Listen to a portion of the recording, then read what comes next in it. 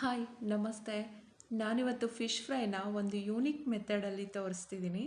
ಸಖತ್ತು ಟೇಸ್ಟಿ ಆಗಿರುತ್ತೆ. ತಿಂದ ಮೇಲೆ ರುಚಿ ಅಂತೂ ಮರೆಯೋ ಹಾಗೆ ಇಲ್ಲ. ಬನ್ನಿ ಹೇಗೆ ಮಾಡೋದು ನೋಡೋಣ. ಮೊದಲಿಗೆ ಫಿಶ್ನ ಉಪ್ಪು ಅರಿಶಿನ ಹಾಕಿ ಚೆನ್ನಾಗಿ ತೊಳೆದಿಟ್ಕೊಂಡಿದ್ದೆ. ಇಲ್ಲಿ ಬಂಗುಡೆ ಫಿಶ್ನ ತೊಗೊಂಡಿದ್ದೀನಿ. ಇಲ್ಲಿ 1 ಸ್ಪೂನ್ ಪೆಪ್ಪರ್ ಪೌಡರ್, 3/4 ಸ್ಪೂನ್ ಅರಿಶಿನ, ಹಾಗೆ ರುಚಿಗೆ ತಕ್ಕಷ್ಟು ಉಪ್ಪು ಮತ್ತು ಶುಂಠಿ ಬೆಳ್ಳುಳ್ಳಿ ಪೇಸ್ಟು, ಸ್ವಲ್ಪ ಆಯಿಲ್ನ ಹಾಕ್ಕೊಳ್ತಿದ್ದೀನಿ. ಇಲ್ಲಿ ಒಂದು 10 ನಿಮಿಷ ಮೊದಲೇ ಲಿಂಬು ಗಾತ್ರದ ಹುಣಸೆ ಹಣ್ಣನ್ನು ನೆನೆಸಿಟ್ಟಿದ್ದೆ. ಈಗ ಇದನ್ನು ಚೆನ್ನಾಗಿ ಗಿವುಚಿ ಪಲ್ಪ್ನ ಇದಕ್ಕೆ ಹಾಕ್ಕೊಳ್ತೀನಿ. ಈಗ ಇವಿಷ್ಟನ್ನು ಚೆನ್ನಾಗಿ ಮಿಕ್ಸ್ ಮಾಡ್ಕೋಬೇಕು. ಈ ಹಂತದಲ್ಲೇ ಉಪ್ಪು ಖಾರ ಹುಳಿ ಚೆನ್ನಾಗಿದೆಯಾ ಅಂತ ನೋಡ್ಕೋಬೇಕು. ಈ ಫಿಶ್ ಫ್ರೈಗೆ ಉಪ್ಪು ಖಾರ ಹುಳಿ ಸ್ವಲ್ಪ ಮುಂದಿದ್ರೇ ರುಚಿ ಚೆನ್ನಾಗಿರುತ್ತೆ. ಸಪ್ರೇಟಾಗಿ ಒಂದೊಂದೇ ಫಿಶ್ ತಗೊಂಡು ಈ ಮಸಾಲ ಇದಕ್ಕೆ ಹಚ್ಕೋಬೇಕು.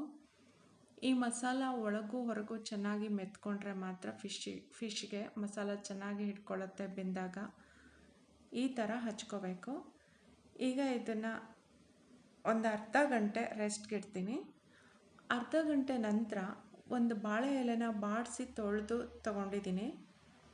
ಇದರ ಮೇಲೆ ಫಿಶ್ನ ಒಂದೊಂದೇ ಹಾಕ್ಕೋಬೇಕು. ಸದ್ಯಕ್ಕೆ ನಾನು ಸಣ್ಣ ತವದಲ್ಲಿ ಫ್ರೈ ಮಾಡೋದ್ರಿಂದ ಮೂರನೇ ಹಾಕ್ಕೊಂಡು ಫ್ರೈ ಮಾಡ್ಕೊಳ್ತೀನಿ.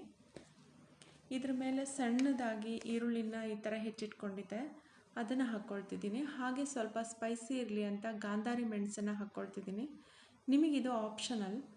ಇದು ಹಾಕ್ಕೊಂಡ್ಮೇಲೆ ಇದನ್ನು ಚೆನ್ನಾಗಿ ಪ್ಯಾಕ್ ಮಾಡ್ಕೋಬೇಕು.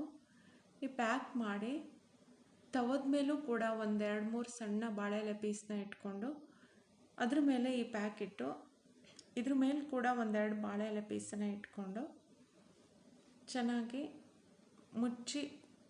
ಮುಚ್ಚೋ ಹಾಗೆ ಪ್ಯಾಕ್ ಮಾಡ್ಕೋಬೇಕು. ನಂತರ ಇದ್ರ ಮೇಲೆ ಒಂದು ಸಣ್ಣ ಲಿಡ್ನ ಮುಚ್ಕೋಬೇಕು. ಈಗ ನಾನು ಸ್ಟವ್ ಆನ್ ಮಾಡಿ ಇದನ್ನ ಇಡ್ತೀನಿ. ಅಂದರೆ ಇಲ್ಲಿ ಲೋ ಫ್ಲೇಮಲ್ಲೇ ಬೇಯಿಸ್ಕೋಬೇಕು. ಒಂದು 20 ನಿಮಿಷ ಬೆಂದರೆ ಸಾಕು, ಇದು ರೆಡಿ ಆಗುತ್ತೆ. 20 ನಿಮಿಷದ ನಂತರ ಈಗ ನೋಡಿ, ಈ ಪೆಪ್ಪರ್ ಫಿಶ್ ಬಾಳೆ ಎಲೆ ಫ್ರೈ ರೆಡಿ ಆಗಿದೆ. ಹೇಗಾಗಿದೆ ಅಂತ ನೋಡಿ. ಎಷ್ಟು ಚೆನ್ನಾಗಿ ಮಸಾಲ ಎಲ್ಲ ಹಿಡ್ಕೊಂಡು ಮೀನು ಕೂಡ ಚೆನ್ನಾಗಿ ಬೆಂದ್ಕೊಂಡಿದೆ ಇದರಲ್ಲಿ.